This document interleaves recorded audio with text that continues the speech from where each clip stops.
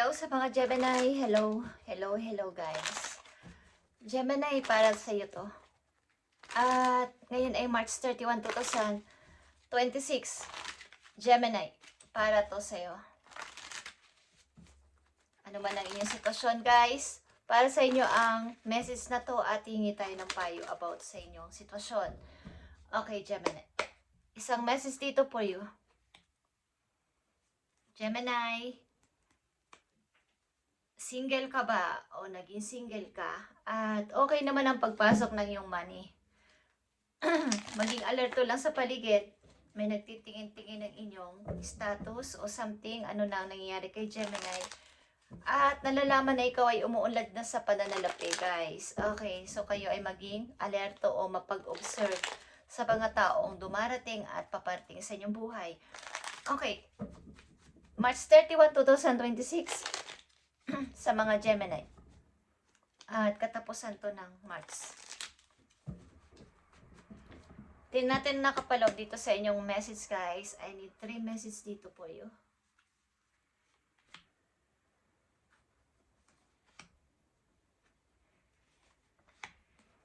Gemini, andito ang Queen of Wands. As Queen of Wands, okay, Gemini, ikaw ay may pagka-strong personality, energetic na person, hyper na person, at laging masaya, masayahin. Kung meron man kayong malapit sa inyong energy ng Leo is baka meron. Okay? Mari ito inyong katrabaho, kaibigan, or what is may isa ditong person na masayahin, energetic, at lagi siya yung napapansin. Okay? O hinahangaan siya. May strong personality. At maring ikaw ito, Gemini. So, silipin natin na inyong past life kung nagpapatuloy pa rin hanggang inyong kasalukuyan or wala kayong, hindi kayo involved sa inyong past life. Okay. Tingnan natin.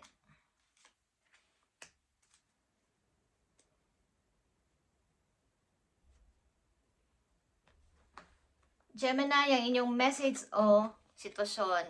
Yeah, guys. May dalawa ditong Queen of Wands. Okay. So, ikaw ay busy person. Behind the scene, maybe ang ilan din sa inyo ay matutulungin tao. At hindi nyo naman pinapaalam kung kayo ay tumutulong o nais tumulong o tumutulong sa ibang tao is andyan yung inyong pagiging isang tahimik lang. At talagang kayo ay mayroong pagka-strong na personality. Okay?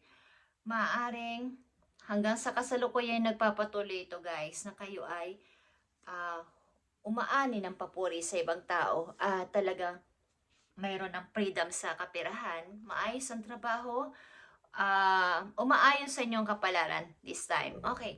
At magpapatuloy ito. Tingnan natin ito guys. Andito ang 2 of Swords, andito ang The Empress guys. At nandito ang 8 of Swords. So, okay. So, nasa gitna ang The Empress ng 8 of Swords and 2 of Swords. So, meron ditong bagamat kayo ay nandito sa sitwasyon na nagiging okay at pa-okay ng pa-okay sa pamumuhay is merong mga gumugulo sa inyong paligid. Marito yung mga abala sa inyong isip. Okay? Ito man ay inyong ilusyon galing sa nakaraan o ang mga tao sa paligid nyo na gumugulo sa inyong pananahimik, sa inyong pagiging isang katulad na sinabi ko, hyper-energetic na person at mayroong laging masayahin. At talagang pag-unlad dito sa inyong kaperahan at sa sarili is maraming nang aabala sa inyo sa paligid guys. Huwag niyo itong papayagan na pumasok sa utak ninyo o sa inyong buhay ang mga tao na to na kayo ay hahadlangan sa inyong pagsisimula muli sa buhay, pag-angat sa buhay, sa kaperahan, sa trabaho, or kahit saan sa pag-ibig, is wag niyong pababayaan na makapasok ang mga nilalang na to sa inyong mundo, okay? Na kayo ay guguluhin kay Gemini. At sa inyong past life, tingnan natin. Sa inyong past life, andito ang Charity. Okay, kahit sa inyong past life, kayo ay matulungin talaga. Lagi kayong nagbibigay ng tulong, donation, any. Kahit sa may mga nakikita nyo nahihirapan, humingi ng favor, lagi kayong andyan, bukas ang palad nyo sa pagbibigay. Okay? So, nagpapatuloy talaga, katulad ng sinabi ko, nagpapatuloy talaga sa inyong kasalukuyan ng inyong past life, Gemini, na kayo ay matulungin tao. Mahilig magbigay. Ito ay charity, guys. At good Samaritan. Okay? Masasabing ikaw ay, minsan sinasabihan siguro kayo ng ibang tao na isa kayong good Samaritan. Okay? So, sa sitwasyon na mayroong isang tao nangangailangan ng help, ng favor, is nandun yung kayo ay bigla na lamang natulong or nagbibigay ng favor sa kanila. Okay? So, ikaw ito, nagpapatuloy sa kasalukuyan nyo ang inyong past life. So, sa inyong self-identity, mayroon kayong mga natutunang lesson sa inyong mga nakaraan. At ito'y inyong ginagawa. Okay? So, ang inyong location sa inyong past life, kayo ay taga Mexico. Okay? Mexico ang inyong location. So, ang inyong sigurong looks or something, hindi nyo naiintindihan sa inyong kasalukuyan, may halong mga ganong parang Mexicana, Mexico ang inyong mga style. Okay? So, hindi nyo napapansin yun dahil yun ay galing sa past life.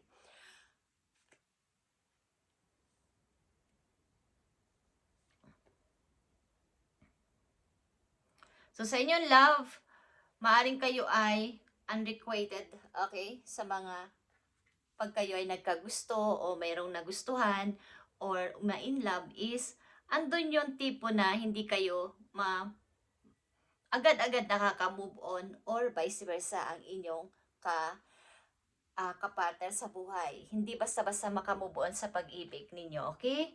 So, andyan yung kayo ay sa inyong past, kayo ay young female or babae kayo na bata. Okay, young female kayo. So, mga ditong Gemini sa reading ay almost babae, guys. At nandito din ang Queen of Wands and the Empress. Maaring kayo may anak na babae sa mga Gemini na nandito.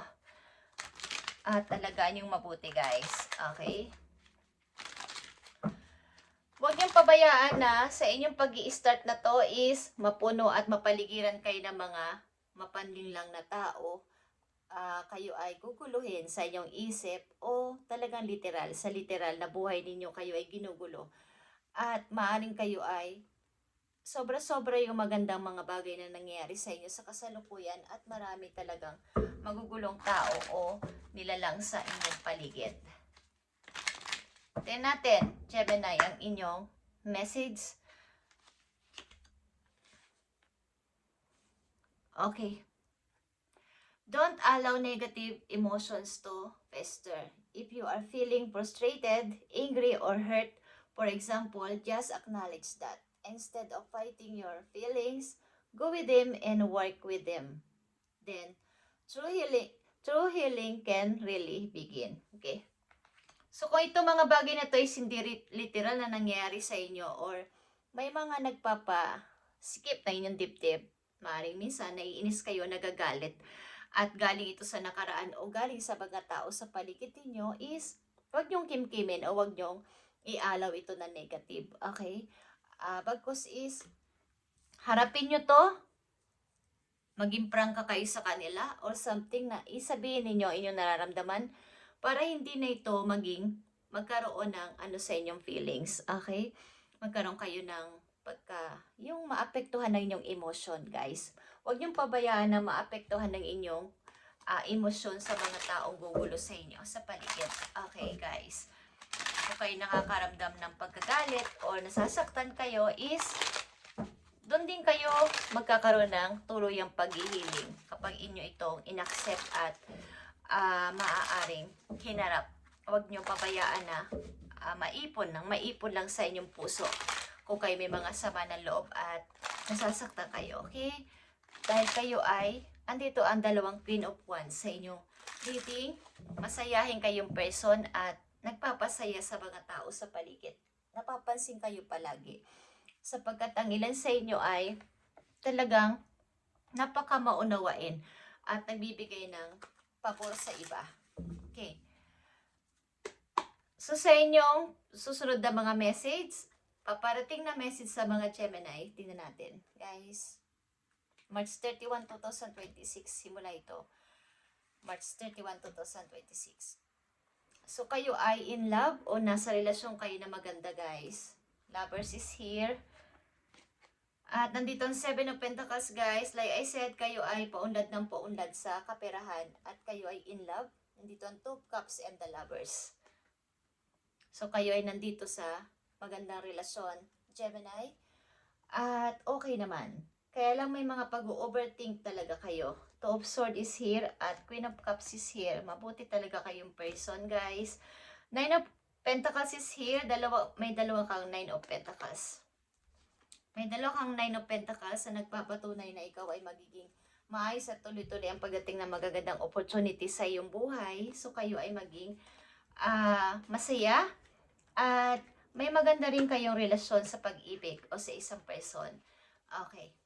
Huwag kayong mag-overthink. Huwag niyong ialaw ang mga negatibong ito sa inyong isip. Huwag niyo itong ialaw, guys. At maaapektuhan ang inyong emosyon. So sa inyong past life hanggang sa kasalukuyan nagpapatuloy ang inyong pagiging isang mapagbigay na person at ipagpatuloy niyo to sa abot na inyong makakaya. Huwag kayong magsawa at nasa sa inyo yan kung hanggang saan ang inyong pagbibigay ng help, favor, or any sa mga tao, depende sa sitwasyon, is walang masama sa pagtulong. Thank you, Gemini, and God bless sa inyo lahat, guys.